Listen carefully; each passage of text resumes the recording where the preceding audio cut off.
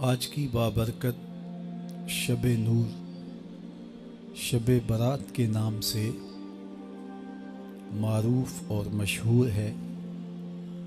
اس بابرکت شب کے دامن میں اتنی برکتیں اور اتنی رحمتیں ہیں کہ اللہ جل شانہ گناہ گاروں کو جہنم کی آگ سے آزاد فرما دیتا ہے۔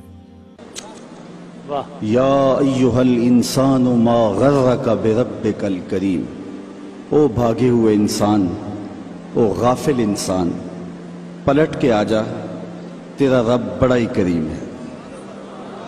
مجھے بتائیے بھاگنے والوں کو بھی یوں آواز دی جاتی ہے؟ کبھی آپ نے مجرم کا تعاقب کرتے ہوئے پولیس کو دیکھا ہوگا، سخت گیر استاد کو شاگرد کے پیچھے چلتے ہوئے بھاگتے ہوئے دیکھا ہوگا۔ کبھی یہ انداز محبت بھی آپ نے دیکھا ہے کہ جو بغاوت کر کے جا رہا ہے، مالک کی دہلیز چھوڑ کے جا رہا ہے، اس کو مالک کی رحمتیں آواز دے رہی ہیں، او بھاگنے والے آجا پلٹ کے، میں تیرا رب ہوں، دیکھ میرا تیرا رشتہ کتنا گوڑا ہے، اللہ اکبر، کتنا گہرا ربط ہے میرا۔ یا ایہا الانسان، او بھاگنے والے انسان۔ وہ کبھی آپ نے دیکھا ہو کہ کوئی نالائق بیٹا گھر چھوڑ جائے، وہ تو شاید کسی ہوٹل میں برتن مانج کے اپنے پیٹ کی آگ بجھا رہا ہوتا ہے، لیکن ماں کے حلق سے نیچے لقمہ نہیں اترتا، باپ بے چین ہوتا ہے۔ اخبارات میں، ٹیلی ویژن پہ اشتہار چلتے ہیں کہ اس نام کا بیٹا، اس طرح کا لباس، وضع قطع یہ، کہنے سننے کا انداز یہ ہے، اٹھنے بیٹھنے کا سٹائل یہ، اتنے دنوں سے گھر سے گم ہے، اگر کسی کو ملے تو اس نمبر پہ اطلاع کر دیں، اتنا انعام دیں گے، اور نیچے لکھا ہوتا ہے نوٹ، اگر وہ خود پڑھ رہا ہو تو وہ واپس آ جائے، اسے کچھ نہیں کہا جائے گا۔ جب میں کبھی بھی اس قبیل کا اشتہار دیکھتا ہوں تو میری نظر پلٹ کے اس آیت پہ آتی ہے، مالک بھی کہہ رہا ہے او بھاگے ہوئے انسان آجا پلٹ کے، تیرا رب کریم ہے، کچھ نہیں کہے گا، وہ تیرے سارے گناہ معاف کر دے گا۔ ہائے ہائے، گناہ گار کی آنکھ کا پانی اللہ کے غصے کی آگ کو ٹھنڈا کر دیتا ہے۔ التائب من الذنب کمن لا ذنب لہ، گناہ سے توبہ کرنے والا ایسا ہوتا ہے جس طرح اس نے گناہ کیا ہوا ہی نہیں۔ اللہ اکبر۔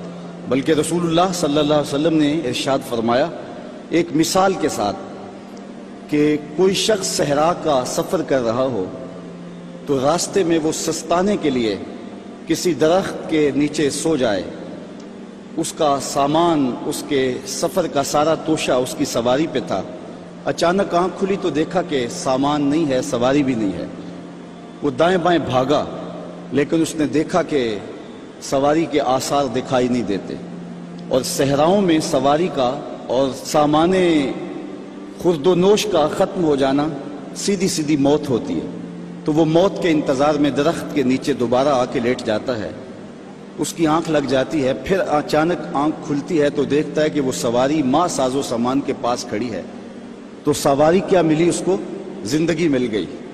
تو شدت فرحت سے خوشیوں کے ہجوم میں اتنا درک گیا کہ وہ کہنے لگا اللہم انت عبدی وانا ربک، اے اللہ تو میرا بندہ اور میں تیرا رب۔ کہنا اس نے یہ تھا کہ تو میرا رب اور میں تیرا بندہ، لیکن خوشیاں اتنی تھی، جب بھی تیری قربت کے امکان نظر آئے ہم اتنے خوش ہوئے کہ پریشان نظر آئے۔ وہ کیا کسی نے کہا نا کسی کے آنے سے ایسے ہوش اڑے ساقی کے کہ شراب سیخ پہ ڈالی اور بوتل میں کباب، تو کہا کہ اللہم انت عبدی وانا ربک، تو میرا بندہ اور میں تیرا رب۔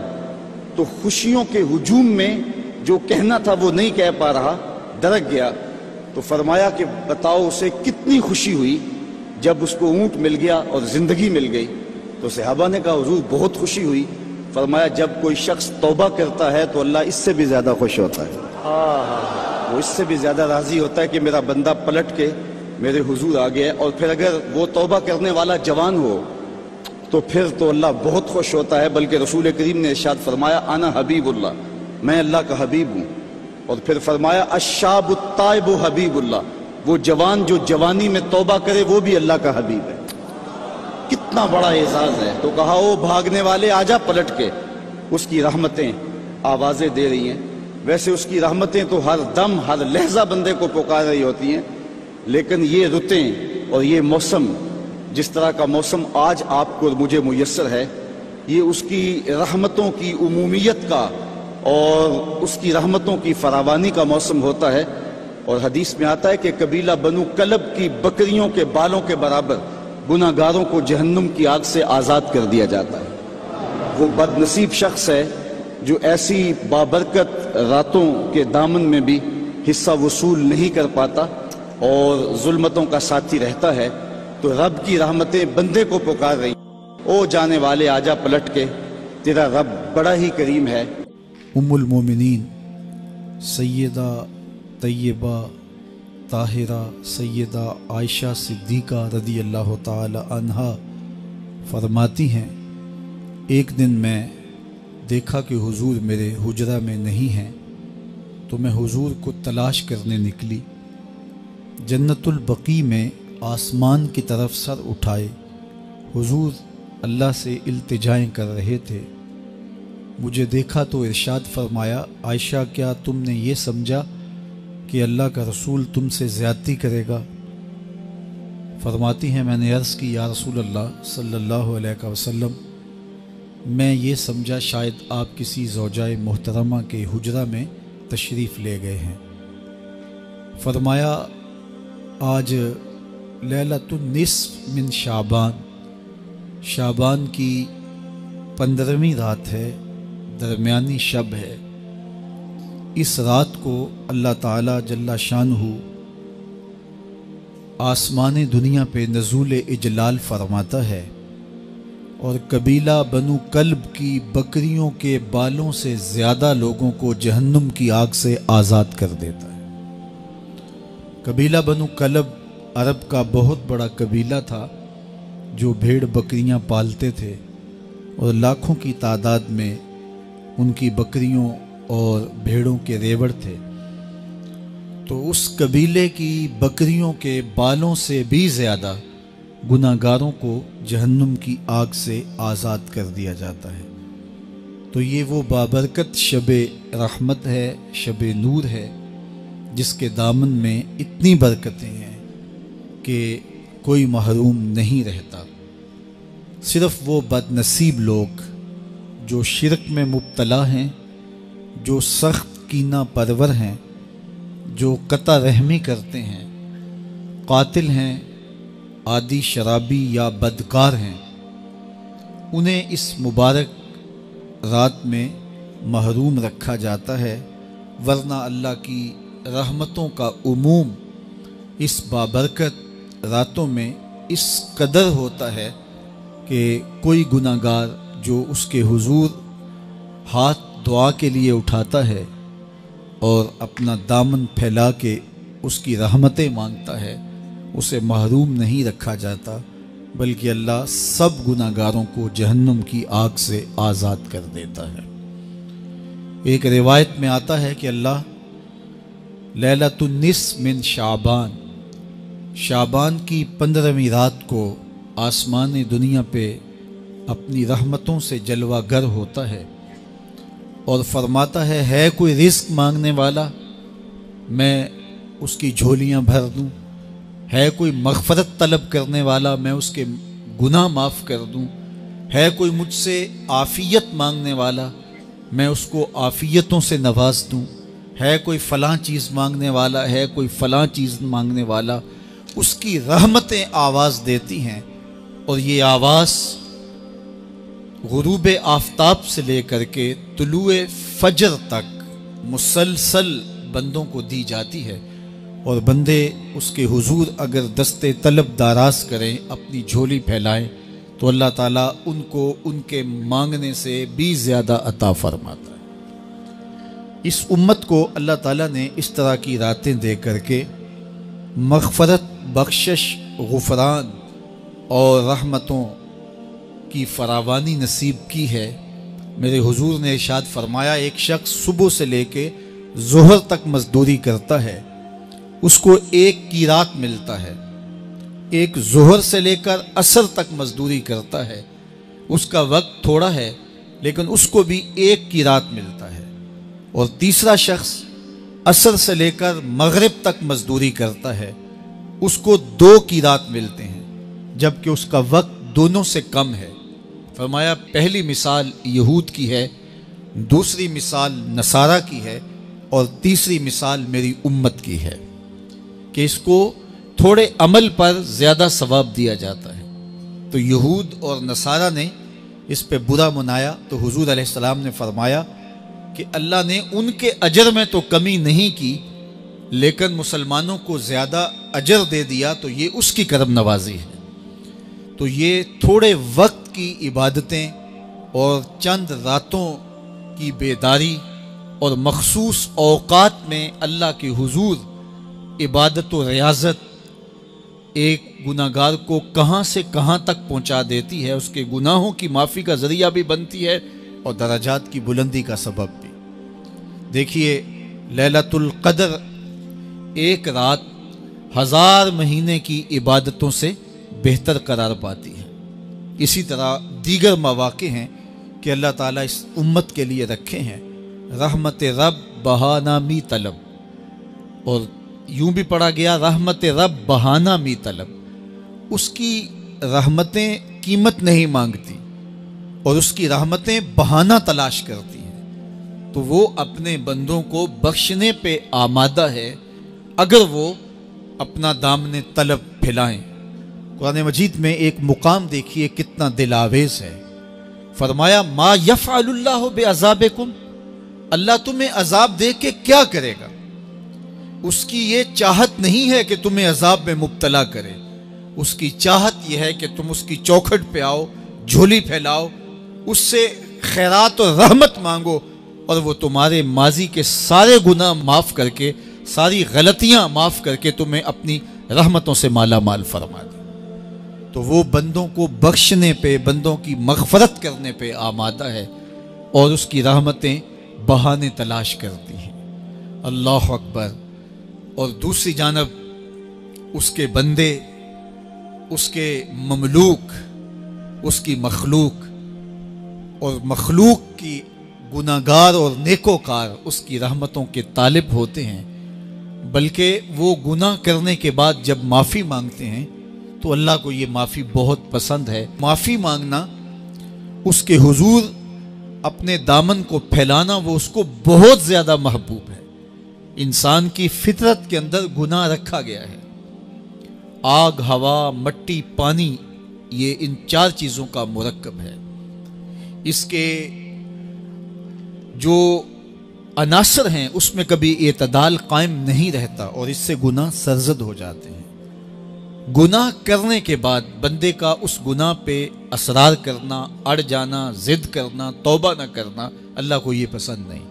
لیکن اگر اس سے گناہ سرزد ہو جائے تو پھر وہ توبہ کر لے تو اللہ کو یہ بہت زیادہ پسند ہے۔ جو اس سے ہو سکے نیکی وہ اللہ کے حضور پیش کرے، لیکن اس کے اندر جو شر رکھی گئی ہے، اس کے اندر جو قوتیں گناہ کی رکھی گئی ہیں، اس سے اگر اس سے گناہ سرزد ہو جائے تو پھر وہ اللہ سے توبہ کرے، اللہ کی طرف رجوع کرے، تو اللہ اس کی توبہ کو نہ صرف قبول کرتا ہے بلکہ اس کے گناہوں کو معاف کرتا ہے اور گناہوں کو بدل کے نیکیوں میں تبدیل کر دیتا ہے۔ جب گناہ نیکیوں میں تبدیل ہو گئے تو جتنا بڑا گناہ گار تھا اتنا بڑا نیکوکار ہو گیا۔ حضرت سیدنا عمر رضی اللہ تعالیٰ عنہ بازار میں جا رہے تھے تو ایک شرابی نے ہاتھ میں بوتل پکڑی تھی شراب کی، تو حضرت عمر ہاتھ میں درہ رکھتے تھے اور آپ کا جاہو جلال دیتنیت ہوتا، تو جو ہی حضرت عمر رضی اللہ تعالیٰ عنہ کو اس نے دیکھا تو ڈر گیا اور دل ہی دل میں کہا اے اللہ آج عمر کے قہر سے بچا لے، میں تیری بارگاہ میں سچی توبہ کرتا ہوں، اور جلدی سے شراب کو بغل میں چھپا لیا۔ اتنے میں حضرت عمر سر پہ پہنچ گئے اور گرج کر کڑک کے کہا کہ یہ تیری بغل میں کیا ہے؟ چونکہ اس کو بوتل چھپاتے دیکھا تھا تو وہ ڈر گیا اور ڈرتے ڈرتے کہنے لگا حضرت یہ سرکہ ہے۔ اب تھی تو شراب، لیکن ڈرتے ہوئے بولا حضرت سرکہ ہے۔ تو حضرت عمر نے کہا نکال۔ جب نکالا تو شراب نہیں تھی، واقعی سرکہ بن چکا تھا۔ تو جب اللہ کے حضور کوئی توبہ کرتا ہے، اللہ اس کے گناہوں کو بدل کے نیکیوں میں تبدیل کر دیتا ہے۔ حدیث پاک میں آتا ہے کہ قیامت کے دن اللہ ایک شخص کو کہے گا کہ اپنا نامہ اعمال پڑھ، تو وہ نامہ اعمال پڑھنے لگ جائے گا. تو نامہ اعمال کے اندر چھوٹے گناہ بھی ہوں گے، بڑے گناہ بھی ہوں گے. تو اللہ سے حیا کرتے ہوئے، شرم کرتے ہوئے وہ بڑے بڑے گناہوں کو چھوڑتا جائے گا اور چھوٹے چھوٹے گناہوں کو پڑھتا رہے گا. جب وہ سارے گناہ پڑھ چکے گا اور کتاب ختم ہوگی تو اللہ تعالیٰ اسے فرمائے گا، میرے بندے تو نے یہ جتنے گناہ پڑھے ہیں میں نے سب کو بدل کے نیکیوں میں تبدیل کر دیا. تو بندہ کہے گا، اللہ ابھی تو میرے بڑے بڑے گناہ رہتے ہیں جو میں نے پڑھے ہی نہیں. فَضَحِكَ النَّبِيُّ حَتَّى بَدَتْ أَنْيَابُهُ. حضور جب یہ بیان فرما رہے تھے تو حضور اتنا مسکرائے کہ صحابہ نے حضور کی داڑھیں دیکھ لی. تو پہلے وہ بڑے بڑے گناہ چھوڑے جا رہا تھا، لیکن جب اللہ فرمائے گا کہ میں تیرے گناہوں کو بدل کے نیکیوں میں تبدیل کر دیا تو وہ کہے گا ابھی تو بڑے بڑے گناہ رہتے جو میں نے ابھی پڑھے ہی نہیں. تو جب کوئی بندہ اس کے حضور توبہ کرتا ہے، اللہ یہ نہیں دیکھتا اس نے گناہ کتنے کیے ہیں، یہ دیکھتا ہے بندہ آیا میری چوکھٹ پہ ہے تو اللہ اس کے پچھلے سارے گناہ معاف فرما دیتا ہے. اللہ اکبر. میرے اور آپ کے آقا و مولا نے اللہ کے حضور توبہ کرنے اور اس پر اللہ کی خوشی اور اللہ کی خوشنودی کا ذکر کرتے ہوئے ایک مثال بیان فرمائی کہ ایک شخص صحرا میں سفر کر رہا تھا تو وہ ایک درخت کے نیچے دوپہر کاٹنے کے لیے، سستانے کے لیے رک گیا اور درخت کے ساتھ اپنے اونٹ کو باندھ دیا اور خود لیٹ گیا تاکہ دوپہر کاٹ لوں. تھوڑی دیر کے بعد جب اس کی آنکھ کھلی تو اس نے کیا دیکھا کہ اونٹ ماں ساز و سامان کے ساتھ غائب ہے. اب صحرا میں اونٹ کا گم ہو جانا گویا زندگی چلے جانے کے مترادف ہے. تو اس نے دائیں بائیں بھاگ دوڑ کے دیکھا کہ کہیں اونٹ کا نشان مل جائے، لیکن اونٹ کا نشان نہیں ملا. تا حد نظر کوئی انسانی آبادی نہیں. وہ بھاگا اور تھک ہار کے دوبارہ اسی درخت کے نیچے بیٹھ گیا اور پیاس سے ہلکان ہوا جا رہا تھا اور درخت کے ساتھ ٹیک لگا کے لیٹ گیا اور موت کا انتظار کرنے لگا. جن لوگوں نے صحرا کا سفر کیا ہے ان کو اس بات کا اندازہ ہوگا کہ کئی 100 میل تک انسانی آبادی ہی نہیں. اب نہ کچھ کھانے کے لیے بچا، نہ کچھ پینے کے لیے بچا. اونٹ بھی غائب ہو گیا، توشہ بھی ساتھ ہی چلا گیا. تو اب ظاہر ہے سیدھی موت ہی نظر آ رہی ہے. تو وہ اس درخت کے ساتھ ٹیک لگا کے بیٹھ جاتا ہے اور موت کا منتظر ہوتا ہے. تھوڑی دیر کے بعد پھر اس کی دوبارہ آنکھ لگ جاتی ہے. جب دوبارہ آنکھ لگتی ہے تو تھوڑی دیر بعد پھر آنکھ کھلتی ہے. جب دوبارہ آنکھ کھلتی ہے تو دیکھتا ہے کہ اونٹ جو گما تھا ماں ساز و سامان کے اس کے پاس کھڑا ہے. تو صحرا میں اس حالت میں اونٹ کا مل جانا زندگی مل جانے کے مترادف ہے. تو وہ اتنا خوش ہوا کہ خوشی کی انتہا نہ رہی، بلکہ مسرتوں کے ہجوم میں درک گیا اور کہنے کیا لگا، اللہم انت عبدی وانا ربک. اے اللہ تو میرا بندہ اور میں تیرا رب. کہنا تو یہ تھا کہ تو میرا رب اور میں تیرا بندہ، لیکن مسرتوں کا ہجوم ہی اتنا تھا، خوشیوں کا ہجوم ہی اتنا تھا کہ زبان پہ قابو نہ رہا. کسی کے آنے سے ایسے ہوش اڑے ساقی کے، شراب سیخ پہ ڈالی اور بوتل میں کباب. کہنا یہ تھا اللہم انت ربی وانا عبدک، لیکن اس قدر خوش ہوا جب بھی تیری قربت کے امکان نظر آئے ہم اتنے خوش ہوئے کہ پریشان نظر آئے. تو کہنا یہ تھا کہ اے اللہ تو میرا رب اور میں تیرا بندہ، لیکن خوشیوں کے ہجوم میں وہ کہتا ہے اللہم انت عبدی وانا ربک. اے اللہ تو میرا بندہ اور میں تیرا رب. حضور یہ بات بیان کرنے کے بعد صحابہ سے پوچھتے ہیں کہ ذرا بتاؤ اس بندے کو کتنی خوشی ہوئی کہ خوشی میں زبان بھی قابو نہ رہی اور اپنے آپ پہ کنٹرول نہ رہا، اور خوشیوں کے ہجوم میں اسے یہ بھی پتہ نہیں چل رہا کہ وہ کیا بول رہا ہے. تو صحابہ نے عرض کی حضور بہت زیادہ اسے خوشی ہوئی. تو میرے حضور نے یہ بات کرنے کے بعد ارشاد فرمایا، جس طرح اس کو گما ہوا اونٹ ملا اور اس کی خوشی کی انتہا نہ رہی، تو فرمایا جب کوئی شخص توبہ کرتا ہے اور اللہ کی حضور پلٹ کے آتا ہے، گناہوں سے معافی مانگ کے اس کی دہلیز پہ آتا ہے، میرے حضور نے فرمایا اللہ اس سے بھی زیادہ خوش ہوتا ہے کہ میرا بندہ میری چوکھٹ پہ آ گیا. تو وہ یہ چاہتا نہیں کہ اپنے بندوں کو عذاب دوں، وہ خود آگ میں چھلانگے لگائے تو اس کی مرضی، اگر گناہ سرزد بھی ہو گیا ہے تو کوئی بات نہیں، معافی مانگ لی جائے ہے تو رب کی رحمتیں بندے کو پکار رہی، او جانے والے آجا پلٹ کے، تیرا رب بڑا ہی کریم ہے۔ اچھا یہی کافی تھا، لیکن آگے فرمایا اللہ زی خالقہ کا، اس نے تجھے پیدا کیا ہے، تیرا رشتہ کہ تیرا رب لگتا ہے، تیرا رشتہ کہ وہ کریم ہے، لیکن تیسری بات یہ فرمائی کہ وہ تیرا خالق ہے۔ کتنا گوڑا ربط ہے، کتنا گوڑا رشتہ ہے کہ وہ تیرا خالق ہے۔ ماں بیٹے کے ساتھ جو پیار کرتی ہے دنیا کے کسی ترازو پہ تولا نہیں جا سکتا۔ ساری دنیا کی محبتیں ایک طرف اور ماں کا پیار ایک طرف۔ ایک شاعر نے ماں کے پیار کو اپنے لہجے میں بڑے خوبصورت پیرائے میں بیان کیا کہ مدت ہوئی میری ماں نہیں سوئی تابش، میں نے ایک بار کہا تھا مجھے ڈر لگتا ہے، ایک دن میرے منہ سے نکلا تھا امی مجھے رات کو ڈر لگتا ہے، میں بوڑھا بھی ہو گیا ہوں، میری ماں اسی وسواس میں رہتی ہے کہ میرے بیٹے کو کہیں ڈر نہ لگ رہا۔ تو بیٹے کے لیے یہ امٹتی ہوئی محبتیں، یہ پیار کے جذبات، بلکہ میں کہتا ہوں کہ آج بازار جائیں تو کوئی شے خالص نہیں ملتی، ماں کا پیار آج بھی کھرا ہے، ماں کا پیار آج بھی سچا ہے۔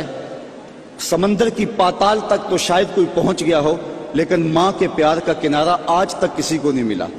ماں جب بولتی ہے تو اس کے لہجے میں جبریل بولتا ہے، ماں جب مسکراتی ہے تو لگتا ہے جنت کی کلیاں کھل اٹھی ہیں۔ اللہ نے اس کے لہجے میں وہ گداز، وہ نرمی، وہ محبت رکھی ہے۔ اولاد کا پیٹ پالنے کے لیے اس کو کسی کے گھر کے برتن بھی مانجنے پڑیں تو ماں اس سے بھی گریز نہیں کرتی۔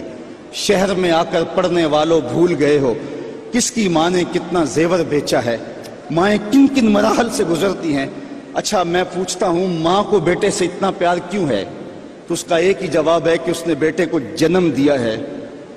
میں اس پہ اپنی گفتگو کو ختم بھی کر دوں تو آپ ناراض نہیں ہوں گے، یہ اتنی خوبصورت بات ہے کہ ماں کو اتنا پیار اس لیے کہ ماں نے بیٹے کو جنم دیا ہے، تو جس نے جنم دیا ہے اس کو اتنا پیار ہے، تو جس نے خلق کیا ہے اس کو کتنا پیار ہوگا۔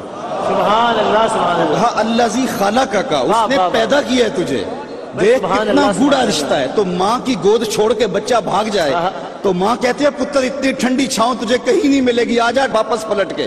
تو جب خالق کی دہلیز چھوڑ کے بندہ بھاگا تو اس کی رحمتیں پکارتی ہیں، یا ایھا الانسان ما غرک بربک الکریم، او بھاگنے والے آجا پلٹ کے، تیرا رب بڑا ہی کریم ہے، وہ تیرے سارے گناہ معاف کر دے گا۔ ہم تو مائل بکرم ہیں کوئی سائل ہی نہیں، راہ دکھلائیں کسے رہ روے منزل ہی نہیں۔ کار ما آخر شدو آخر زما کار نشد، مشت خاک ما غبارے کوچائے یار نشد۔ جی چاندہ اس رات نو میں محشر دی فجر تک روک لواں، جے وس چلے میرا تے سونے نو حشر تک روک لواں۔ نہ نظر کرم دی چات مکے، نہ یہ بات مکے، نہ یہ رات مکے، مگر دل کے ارمان پورے ہوئے تھے ابھی، یہ غضب ہو گیا کہ سحر ہو گیا۔